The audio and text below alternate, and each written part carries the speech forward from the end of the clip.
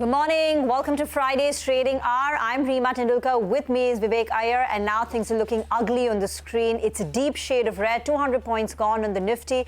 At the index level, benchmark index level, we're down close to about 0.8, 0.9%. You know, we've had a gap down opening. We've been trading with cuts all through the morning. It's just that in the last 30, 45 minutes, the selling pressure has accelerated to a great extent. You know, about 45 minutes back, the Nifty was at 23,268, which means that fall that you can see has been to the tune of 150 points, all in a span of close to about, 30, 45 minutes. There you have it. From the top, we're down nearly about 180 points. And the biggest crack has come through just in the last few minutes. IT is the biggest culprit. The Nifty IT index is down 2.5%, and it doesn't help when the largest index weight, that's the banking index, is also down close to about 1,000 points. It's a combination of IT and banks, and when these two decide to fall, there is very little which can hold up the markets at the other end. That's right, Reema. IT is one of the largest drags, but giving it very tough competition in terms of laggards today is the banking pack. Axis Bank results significantly weaker than what the street was anticipating. Commentary was muted, and it's taking along the entire banking pack with it. Names like ICICI Bank, HDFC Bank, all of them trading with deep cuts. Now, when you're talking about some of the other stocks that we're looking at, look at the realty pack. That's one particular pocket that's actually managed to stand out in today's trading session. Macrotech developers, or LODA, is one particular stock that's actually managed to do quite well. Kotak Institutional Equities has upgraded that particular name. The other stock, one that we've been discussing, Reema, over this entire week is actually Kalyan Jewellers. Now, Kalyan Jewellers today is down another 5%. Yesterday, it entered the F&O ban, but despite that, another 5%. So, in the last 11 trading sessions, Kalyan Jewellers has seen a cut of 35%. So almost one-third of the market cap, a little more than one-third of the market cap, in fact, getting eroded in just the last 11 trading sessions. So it's a deep cut for Kalyan Jewellers, and overall, red throughout the screen is what we're looking at. Indeed, that's been a problem stock for the markets. But what's holding up on one end of the market has truly been Reliance Industries. So let's quickly run you through what's aiding Reliance Industries. One, it was a beat compared to street expectation. The company delivered a consolidated EBITDA growth of 12% ahead of a consensus or CNBC-TV18 poll of an 8% increase. The reasons for the beat were two key sectors. One, the oil to chemicals business led by higher refining margins. The EBITDA growth was at 16%, and the second one was retail, much ahead of street expectations. Retail, in fact, was the key positive surprise because we knew that oil to chemicals is going to have a good quarter, given the way the Singapore GRMs had declined. Therefore, the expectation was refining will recover. So O2C was expected to be a good quarter. But considering the pain that retail went through, no one anticipated this kind of a growth. So yes, oil to chemicals did well. And retail did well, but the positive surprise has actually come in on retail. And look at the numbers. On a quarter-on-quarter basis, revenue growth is at 18% and the EBITDA jump is at 16%. So what's driving the momentum in the stock? One is reversal of underperformance and the momentum in retail. So here, quoting what Jeffries had to say, Reliance stock price has corrected 20% since its July peak on slower earnings growth and concerns about retail growth over the medium term. But now the recovery that we've seen in Reliance Retail's numbers, and on a year-on-year basis, the numbers are actually a high single digit. That is giving the confidence to Jeffries that maybe the retail growth can inch up to 15% in FY26, aided by the low base. And this strengthens the case. So they're penciling in that the consolidation phase of retail is over, and from here on, things should accelerate, and a 15% growth is what they're penciling in. But we'll have to wait by to see if the momentum sustains. The second reason is, as we said, the valuations are now at almost COVID levels. Since the COVID correction, this is the cheapest that we've seen in terms of valuation, given the recent underperformance. Also, there are quite a few potential catalysts that lie ahead. One, of course, is the recovery in retail, so that's a positive. The street is watching that. Secondly, the flow-through of recent tariff hikes in Jio. Jio Air Fiber also led a positive momentum in broadband subscribers, the start of new energy projects, and the IPO of Reliance Jio. So these are some positive catalysts that the street is watching, which could drive upside from here on. The brokerage view is largely positive. BofA says the risk reward is favorable. CLSA has an outperform with a target price of 1650. Absolutely right, Reema. And Reliance, while it's gone ahead and given a beat as far as what the expectations were concerned, on the other hand, one particular stock that's seeing quite a bit of weakness, in fact, now once again near the day's lowest point, is actually Infosys. there's an upgrade as far as the guidance is concerned, but despite that, the street isn't taking it too well. In fact, yesterday the ADR2 was down, right? Indeed. So you know what happened? Q3 revenues were a beat, yes. But what analysts are pointing out that the revenue beat was driven by a higher pass-through. So in a nutshell, what does it mean? Now, suppose you're a client and I'm Infosys and you've asked for a deal. Along with the services, you've also asked for certain hardware to come. It's like a package deal, services plus hardware. But on hardware, it's not that Infosys makes anything. They will buy it and directly sell it to you. But because they've sold it to you, the revenue gets bloated. So that's called the pass-through revenue. Right. But there's no value add that Infosys does in it. So they're saying that Q3 revenue growth, the beat was driven by higher pass-through costs of nearly 150 basis points. So that's not really a services kind of beat that revenue is done through.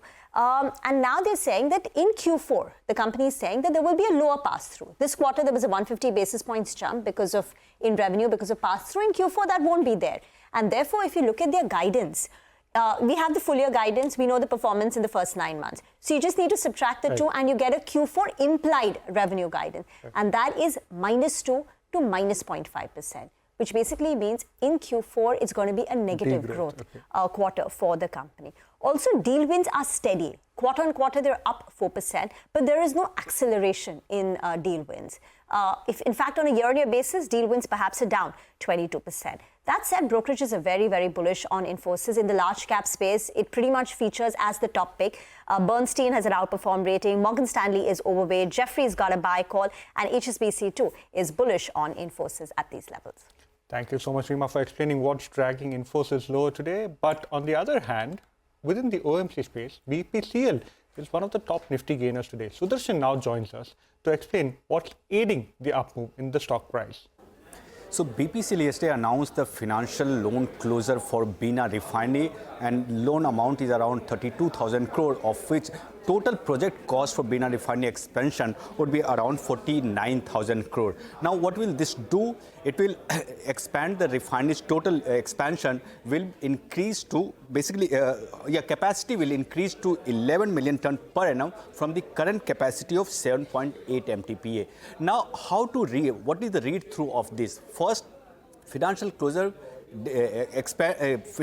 will help that now the expansion is on schedule and plan should be up and running in 3 to 4 years. But apart from this, there is one more news. US EIA had come out with a short-term outlook on oil. Now in 2025, it expects Brent crude price to fall to levels around $74 per barrel, and in 2026, Brent should fall further to levels around $66 per barrel. And these are the two news. That's the reason you can see an upside in BPCL, currently up more than 1%.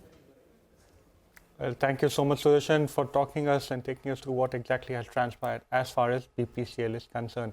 Well, let's now slip into a short break. Up next, we'll discuss what's buzzing in the commodity space with Manisha Gupta.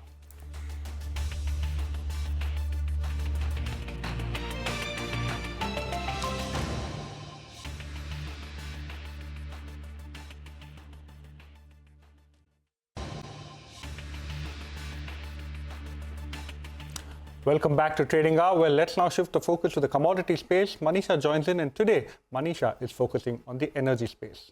I am, Vivek, and that is because energy as a sector continues to be the best performer until now in 2025, the last fortnight that we have seen for the new year. So when you look at the crude oil prices, well, yes, they have cooled off a bit, but we are still holding very close to those 5-month highs. And this is a 4th straight week that the crude oil prices are headed for a positive gain there. Well, the US president-elect could soften the sanctions on Russia is what the market is taking in as a sentiment. And apart from that, the India-China is seeking more crude now from Saudi Arabia, which already has increased prices for the month of Feb for most of its Asian consumers. So markets are working with higher prices, at least in the first quarter of this year. Also, it has been about declining US stockpiles. It has to do with the colder weather forecast as well. And the markets also have seen lower production come in from many of the OPEC countries. That clearly has been supportive for the crude oil prices, but not just crude. When you look at the natural gas and the heating oil prices, these have been running up as well. the US natural gas prices right now are at a 2-year highs. Pardon me. We also are looking at cold weather supporting demand here as well. And then the withdrawals that we have seen in the US have been at the highest. The record gas flows for LNG export, those numbers have been on the stronger side as well. So whichever way that you look right now, adding to that the decline in dollar index, it all is quite positive for the crude oil prices there. As I said, it's going to be a 4th straight week of gains continuing for the crude oil prices. I also want to show you on what we've done in sense of prices on a week-on-week and YTD basis. So when you look at the prices right now, for this week, we've seen a gain of around 7 to 8% for many of these crude varieties there. For this year, until now, while the Brent prices are up by 11%, you have heating oil, which is 17% on the higher side. Natural gas prices have gained up by 14% as well. And while, of course, the next week, Monday starts with a bang, as you will see the new president in US take over. And the street is anticipating that the dollar will continue to hold where it is. And many of these commodities perhaps could gain further. Thank you very much for that, and we'll get into a break. But before that, here is some good news for all our viewers, because India's business news leader is now just a click away.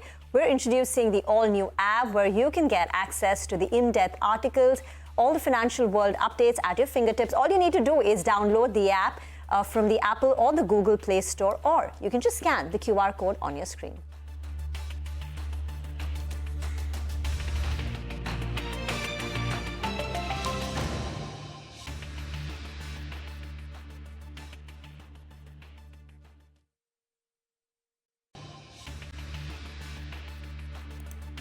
Welcome back. Let's talk about Industars. In fact, Industars has been seeing a lot of upgrades. The latest one is coming from CLSA. Sudarshan is here for more. Sudarshan. So in the last 1 week, this is the 3rd positive rating for Indus Towers. Now today, CLSA has come out with a note upgrading to high conviction outperformance target is rupees 575 per share, implying an upside of nearly 60% from current levels. So it says recently company received further 1900 crore payment from Vodafone Idea for past dues, and now the dues are down more than 70% from the peak levels. It says led by 25% tenancy expansion, company offers 10% EBITDA CAGR by FY27, and that's on continued positive note. Today also in a weak market, Indus Towers is up more than 2%. Thank you so much, Sudarshan, for talking to us about why exactly that particular stock is doing well in the session. But another stock that's doing quite well is Macrotech Developers, also known as LODA. The stock has gained in trade, this on the back of a Kotak institutional equity upgrade on the stock. Winnie joins in with more details. Yes, so we are seeing an upgrade that's come in for Macrotech Developers, and this one is from Kotak, where they've upgraded the stock to a buy, target price of 1,340 rupees per share. What Kotak is highlighting, that they believe that the company has been doing quite well. They've consistently been delivering in terms of healthy growth across the matrices and across sectors for them. Now, overall, the company has managed to see a 34% growth from FY21 to FY24, and they expect a 21% CAGR growth over the next 3 years as well. What the Kotak note is also highlighting, that business development will continue to be grow and continue to be steady. Largely, mainly what is driving it is the joint development agreement. The management also said that they gradually want to enter newer cities, and if that works out well for the company, the way it worked out in Pune as well as Bangalore, then we could see a good upside coming in for the stock. Thank you very much for that. That's Macrotech Developers. Let's get back to the markets. Still down 170 points on the Nifty, Sensex lower 650 points. It's a big down day. Mitesh is now with us for a quick technical check on the markets. Mitesh, what have you made of the slide that we've seen? And that said, the advanced decline ratio is not too bad. We've got about 2 stocks advancing for 3 in the red. So the broader markets is relatively holding out. So actually, the index have taken big hit because of Axis Bank and Infosys. My sense is that I think the broader market, as you were rightly pointing out, still doing okay. So I've got a mix of buy and sell ideas. On the index, what is important is that if we start breaking below 23,050 or 47, which is the low which the markets made on Monday, then I think we should look at 22,800, 22,650 as the possible target zone. In case you can hold and recover from these levels, then I think we might see a pullback to about levels of 23,250 odd levels. So we'll wait and watch on the index. My bigger worry is on the Bank Nifty, which could retest 48,000 and possibly is now showing signs of further decline on the weekly chart. So we'll keep watching both the index, but we have a negative bias in the short term. On the stock side, a buy on Coal India. Keep a stop at about 379. Look for a target of around 399 to 400 in possibly a couple of days. And the other one is a sell on Dalmia Bharat with a stop at about 1725 for targets of 1650. Thank you so much, Mitesh, for joining us, giving us your views on the index as well. Just stock-specific recommendations. Moving on, Umang Nahata, newly appointed CEO of Mastek, spoke to CNBC-TV18 after the company posted a muted performance in Q3 with declining revenue and margins under pressure. Let's listen in to a slice of that conversation. I think we are expecting Q4 to have better growth than this thing we had. Like I said, Q3 was a furlough quarter, and staying flat in a furlough quarter is gives us a good outlook going forward. So we think Q4 is going to be positive from here, but in the midterm, there's still a degree of unpredictability as we stabilize our US business. As far as FY26 is concerned, we feel we will definitely do better in terms of overall growth profile from here. Our expectations are higher, but not like extremely high, but moderately better than what we have been doing this year. We're trying to balance the cost that we have to put on growth versus the growth outlook that the business overall has. So yeah, I mean, we should definitely do better from here, but I mean, the estimates that you have is close to where we are expecting us to be. Our aspirations is in the next 2 years take us at least 200 basis points higher than where we are. That 19% would be a good number to run our business at. Well, that was the management of Mastek. Let's now take a short break. Up next, we'll discuss market fundamentals with Madana Gopal and Ramu from Sundaram Alternate Assets.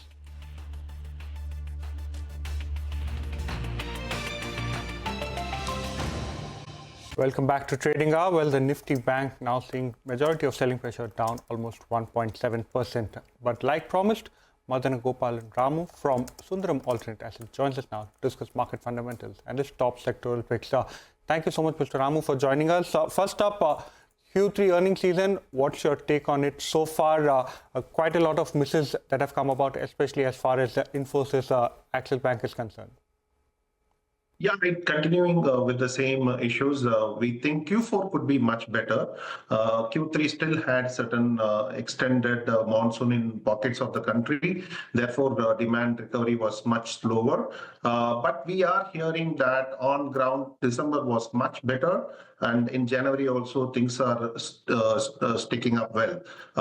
See, we need to be, there are certain policy measures that will be helpful to bring back growth. Growth has slowed down, but there were certain one-offs in the first half, which we also need to be very considerate. So we expect Q4 to set a recovery in the corporate earnings. But it will be much lower than what's the expectation of the street, particularly when I look at FY26, the street's expectation for corporate earnings is still 15-16% growth. I think that those are very high expectations. We need to tone down the Nifty earnings growth expectation to around 10 to 12%. I think that's pretty achievable. But Q3, we don't have very high expectation for earnings as such. There are very specific pockets where growth is still pretty encouraging in the country, and those are the areas that we like to stick to in the form of investments.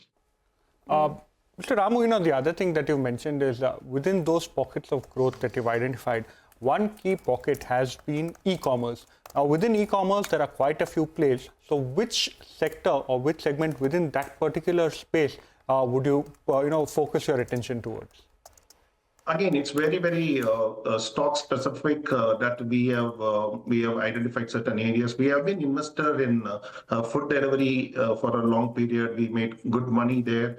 The reason why it made good money is the ability of these companies to charge the customers, as well as ability to continuously cut on the cost, which enable them to reach optimal margin levers much faster than what the street expected. We believe this journey should further get hastened because the benefits of investing into AI and the benefits of the levers of scaling up these things will start playing out in the next 2-3 year time period. Growth will still continue. Penetration levels in most of these segments are still lower. Therefore, growth should continue above 20-25% in most of these segments.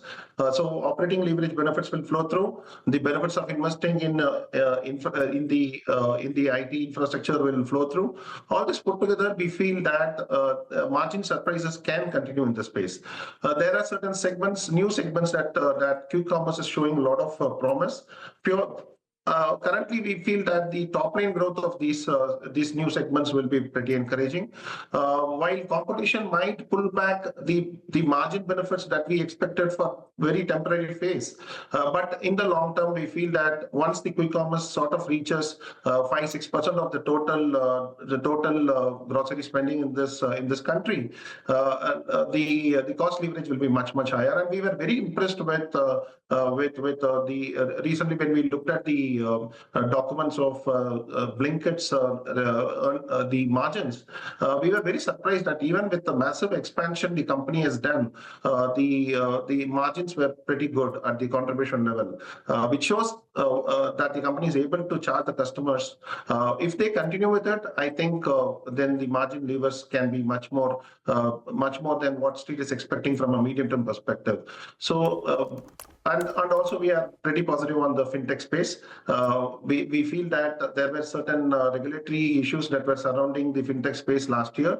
All this should be behind us. The benefits of technology in this space should also be visible, and the players in this should consolidate their market share is what we feel. So across e-commerce, we expect the players to consolidate their market share at the cost of offline players, and the benefits of leverage as well as technology should play through on their margins from a medium-term perspective. Got that. So, we now have your views as far as the e-commerce space is concerned, and also new age businesses, if you could call it so.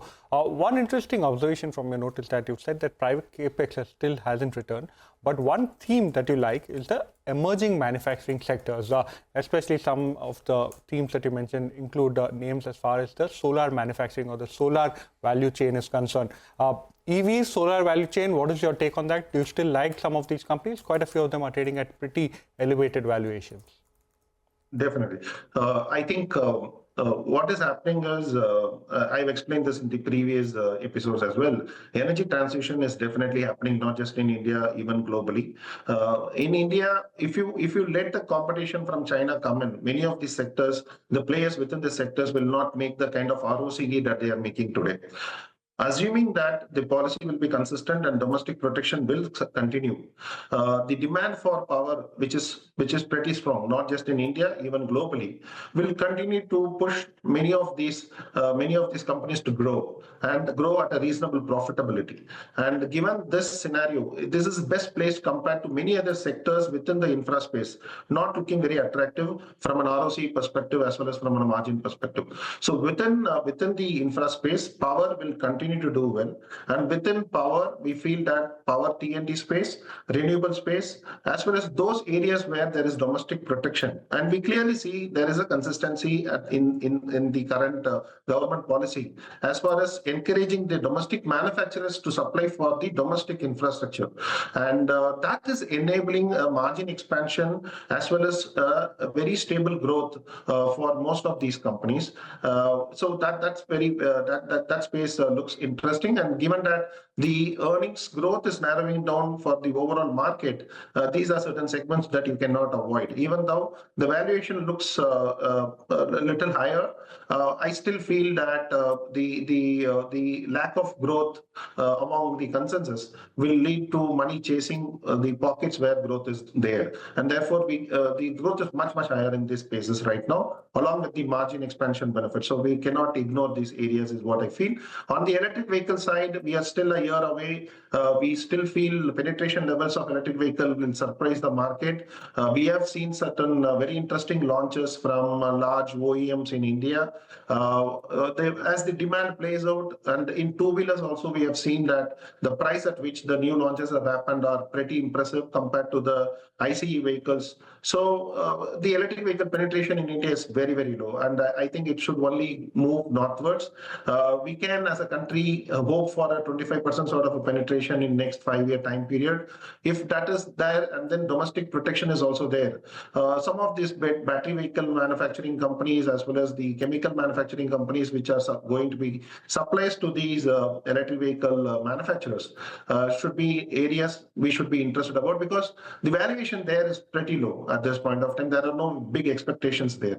So that keeps us interested in this space. Probably a year, it might take a year before the real profitability and growth plays out. But we are ready to wait and watch in this space.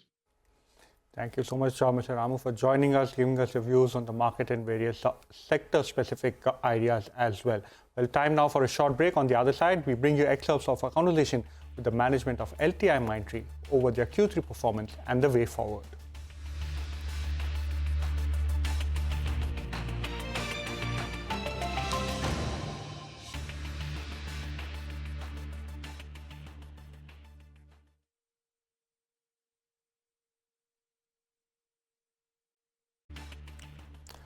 Welcome back to Trading Hour. Well, one particular stock in focus, like you can see on the bottom of your screen, Havells is doing its analyst con call, and there's been a bit of a spike in the stock, especially in the last 10 minutes, especially since the con call has begun. Some positive commentary coming in from the management in terms of Q4. They expect margins to be slightly better. But Rima, you've been looking at LTIMindtree as well, right? Indeed. So LTIMindtree came out with numbers which were in line with street expectations, in fact, modestly higher on the revenues and on the margins. The problem is that this was a company which was seeing very high growth. Then they slowed down over the last 1.5 to 2 years.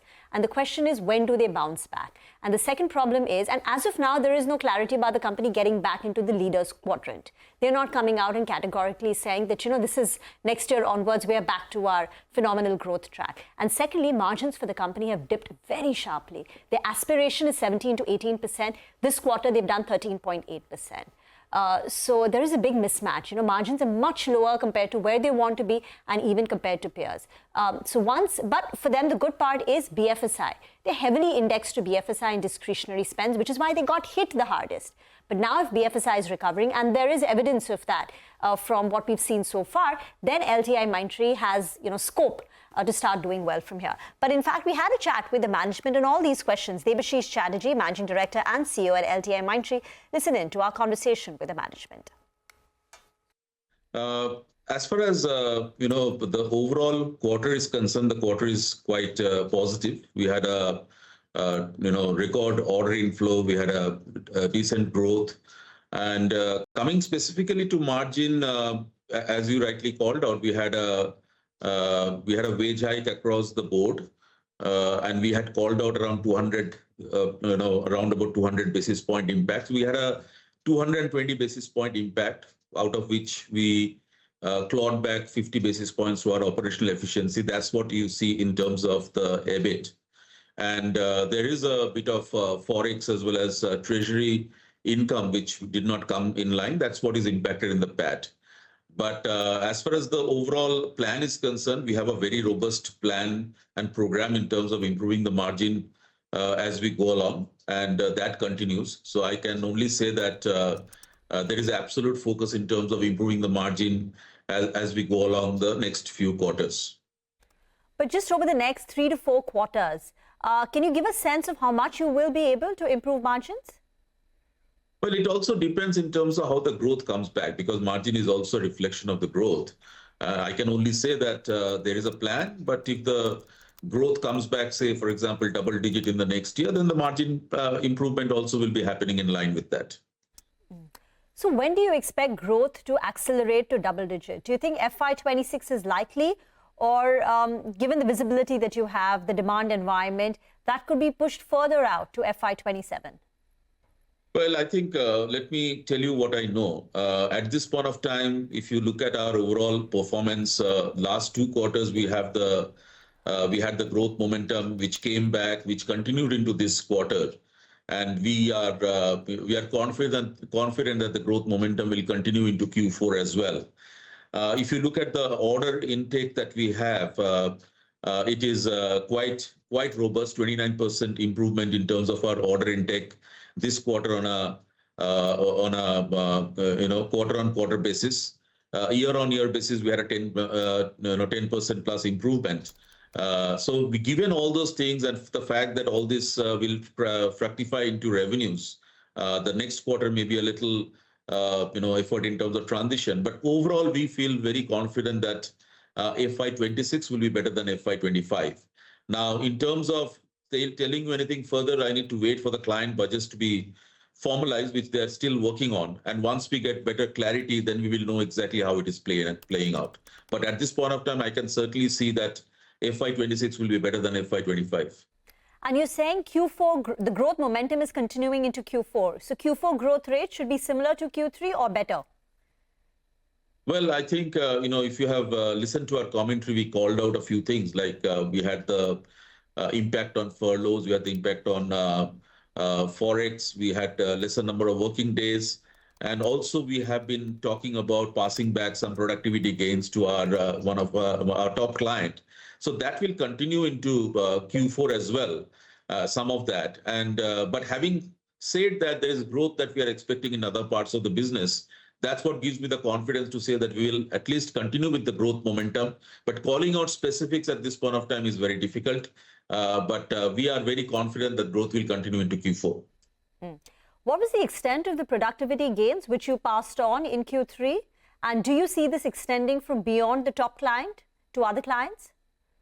Well, I think the productivity gain is something that we always knew it would happen, given the focus on AI and given the focus on, in fact, there are quite a few deals that we have won. In fact, last quarter, we announced a 200 million plus deal. And this quarter, again, we won a 50 million plus deal. And all these deals are vendor consolidations where our AI strategy is playing a very big role in terms of the productivity that we can offer to the client over a longer period of time.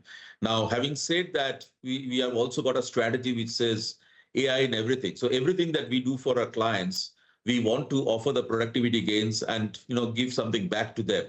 And the top client being a very large client, so obviously the number is slightly higher. So that's why we called it out. And we expect that this will continue. The full quarter impact of this will be there in the Q4. But having said that, it is not a reflection of any softness in business per se, because it is a reflection of the way we do our business. We expect that as we give the productivity back to the client, they will be also giving us more work based on how we are doing things in other parts of their business. So we feel that it will be coming in other places also, but at this point of time, the major impact is with the top client.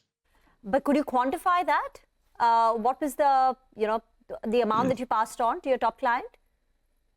Well, I don't think I want to quantify that, but I can only tell you that it is certainly, a little, if you just do the maths, you will realize that it's an impact that we have in terms of our revenues, which is because of Forex, there is a significant impact, and there is a significant impact of the productivity benefits. We don't want to call it out, but as I said, that it will continue into the next quarter. That's all I can share at this point of time. And but in spite of that, we are very confident that we will have growth in Q4. Okay. And you see this being passed on to your other big clients also, not in Q4, but say in FY26 onwards, the productivity benefits, the Gen AI related savings that you enjoy will be passed on to your big clients. That's going to be the strategy of the company. Depends on the specific deals, depends on the specific opportunity, depends on what stage we are in. I mean, if you are doing a renewal for a particular client, definitely we will be looking at that aspect. But, one thing I want to just explain that passing on productivity gain doesn't mean that we don't get revenues. We may probably get even more revenues because of our overall AI strategy that we have adopted. When we say AI in everything and everything for AI, there's a lot of opportunity that we are creating working with our clients. And this is only one aspect that we have to accept as we, ramp up our overall AI strategy across all the clients. I mean, the example that I gave you, which is a $200 million deal, which we closed last quarter, it's a vendor consolidation. And we have, come out winners in that. And we have applied our AI strategy very significantly in that deal. So do you think you can sustain deal wins at this current mark of, $1.6, $1.7 billion going ahead too? Well, every quarter is a little different. There are quarters where you have more renewals, so those quarters will be. And the way we look at our deal wins is not just quarter on quarter, but for the full year, is the order book better than order intake better than what it was in the last year? So from that perspective, we are definitely on track. And at this point of time, I can only say that it's not only the order intake for this particular quarter, but even the pipeline is also extremely robust as we move into the next quarters. The pipeline is better than what it was a quarter ago and a year ago? I can only say the pipeline is extremely robust. Okay. And you will hear some of those things in this quarter as we go along. Got that. So the reason for your high-tech declining was on account of the productivity gains passed on to your top clients. What about the other two verticals, retail and healthcare? What led to the weakness or the revenue decline there other than furloughs? And on BFSI, do you think now you can hit double-digit revenue growth on a year-on-year basis?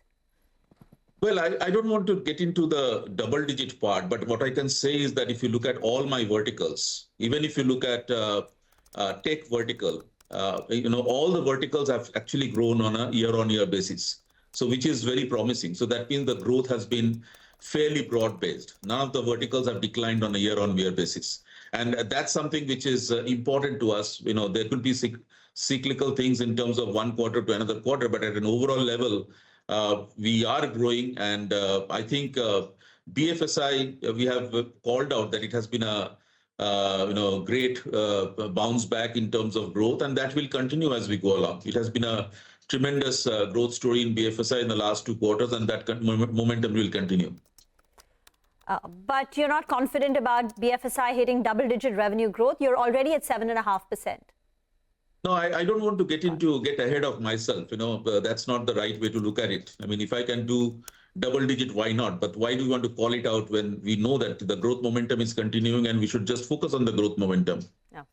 You've historically always been in the leaders quadrant, except for the last couple of quarters as things slowed down. You're calling out that FY26 is going to be better than FY25. Do you think you will be able to get back into the leaders quadrant next year? Well, that's our aspiration. We have always aspired to, have a profitable growth story and be in the leader quadrant. And as of now, the robust pipeline, the deal wins that we have had in this quarter, as well as what we are seeing in Q4, definitely gives us the confidence that FY26 will be better than FY25, what we have seen. And even if I look at, especially in BFSI, there is a little bit of discretionary spend also, which is coming back. I won't say that it has come back broad-based across all sectors, and it's also a reflection of the portfolio of clients that I have. But some portion of discretionary has come back in BFSI, which also gives me the confidence to say that maybe at last, after 2 years, there will be some discretionary which will be helping us in terms of growth.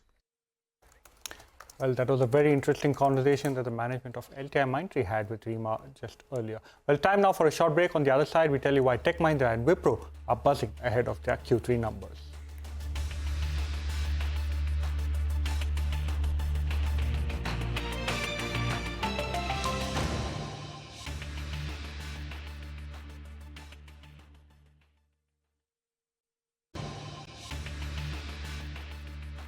Welcome back. Prime Minister Modi is now speaking at the Bharat Mobility Global Expo 2025. Let's cut across. और greater Noida के India expo centre में भी ये expo चल रहा है। आने वाले 5-6 दिनों में बहुत बड़ी संख्या में लोग यहां आएंगे। अनेक नई गाड़ियां भी यहां लॉन्च होने वाली है। ये दिखाता है कि भारत में मोबिलिटी के फ्यूचर को लेकर कितनी पॉजिटिविटी है। यहां कुछ एग्जीबिशंस में विजिट करने, उन्हें देखने का अवसर अभी मुझे मिला। भारत की ऑटोमोटिव इंडस्ट्री फैंटास्टिक भी है और फ्यूचर रेडी भी है। मैं आप सभी को अपनी बहुत बहुत शुभकामनाएं देता हूं। साथियों, भारत के ऑटो सेक्टर के इतने बड़े आयोजन में मैं आज रतन टाटा जी और ओसामू सुजुकी जी को भी याद करूंगा।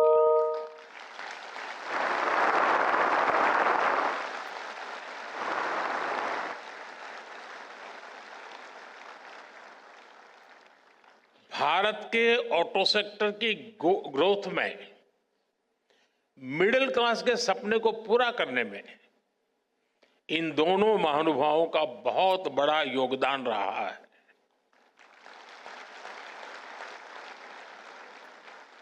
मुझे भरोसा है कि रतन टाटा जी और ओसामा सुजुकी जी की लेगेसी भारत के पूरे मोबिलिटी सेक्टर को इंस्पायर करती रहेगी।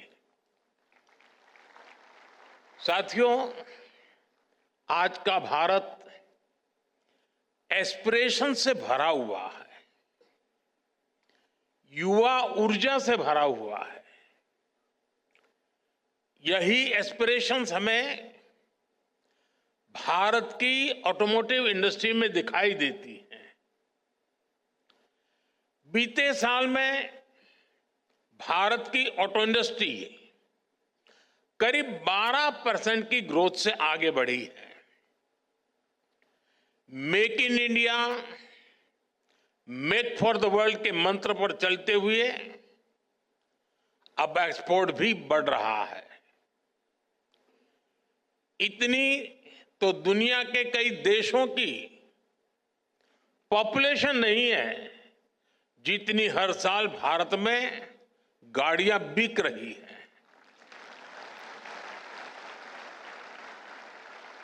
एक साल में करीब 2.5 करोड़ गाड़ियां बिकना ये दिखाता है कि भारत में डिमांड लगातार कैसे बढ़ रही है। ये दिखाता है कि जब मोबिलिटी के फ्यूचर की बात आती है तो भारत को क्यों इतनी उम्मीदों के साथ देखा जा रहा है। साथियों, भारत आज दुनिया की 5वीं बड़ी इकोनॉमी है और पैसेंजर व्हीकल मार्केट के रूप में देखें तो हम दुनिया में नंबर 3 पर है।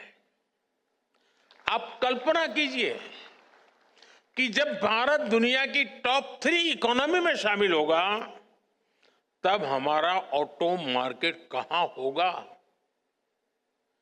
विकसित भारत की यात्रा मोबिलिटी सेक्टर के भी अभूतपूर्व ट्रांसफॉर्मेशन की कई गुना विस्तार की यात्रा होने वाली है। भारत में मोबिलिटी के फ्यूचर को ड्राइव करने वाले कई फैक्टर्स हैं, जैसे भारत की सबसे बड़ी युवा आबादी, मिडिल क्लास का लगातार बढ़ता दायरा, तेजी से होता अर्बनाइजेशन, भारत में बन रहा आधुनिक इंफ्रास्ट्रक्चर, मेक इन इंडिया से अफोर्डेबल व्हीकल, ये सारे फैक्टर्स भारत में ऑटो सेक्टर की ग्रोथ को पुश करने वाले हैं, नई ताकत देने वाले हैं। साथियों, ऑटो इंडस्ट्री के विकास के लिए नीड और एस्पिरेशंस ये दोनों बहुत जरूरी होते हैं और सद्भाग्य से भारत में आज ये दोनों वाइब्रेंट है। आने वाले कई दशकों तक भारत दुनिया का सबसे युवा देश रहने वाला है। यही हुआ आपका सबसे बड़ा कस्टमर है। इतना बड़ा युवा वर्ग कितनी बड़ी डिमांड क्रिएट करेगा, इसका अनुमान आप भली भांति लगा सकते हैं। आपका एक और बड़ा कस्टमर भारत का मिडिल क्लास है। बीते 10 वर्षों में 25 करोड़ भारतीय गरीबी से बाहर निकले हैं। ये न्यू मिडिल क्लास अपना पहला व्हीकल ले रहा है। जैसे जैसे तरक्की होगी, ये अपने व्हीकल को भी अपग्रेड करेंगे और इसका बेनिफिट ऑटो सेक्टर को मिलना पक्का है। साथियों, कभी भारत में गाड़ियां न खरीदने का एक कारण अच्छी सड़कों, चौड़ी सड़कों का अभाव भी था। अब ये स्थिति भी बदल रही है। ईज ऑफ ट्रेवल आज भारत की बड़ी प्राथमिकता है। पिछले वर्ष के बजट में इंफ्रास्ट्रक्चर के निर्माण के लिए 11 लाख करोड़ रुपए से अधिक रखे गए थे। आज भारत में मल्टी लेन हाईवे का, एक्सप्रेसवे का जाल बिछ रहा है। पीएम गति शक्ति नेशनल मास्टर प्लान से मल्टीमोडल कनेक्टिविटी को गति मिल रही है। इससे लॉजिस्टिक कॉस्ट कम हो रही है। नेशनल लॉजिस्टिक पॉलिसी की वजह से भारत दुनिया में सबसे कॉम्पिटिटिव लॉजिस्टिक कॉस्ट वाला देश होने वाला है।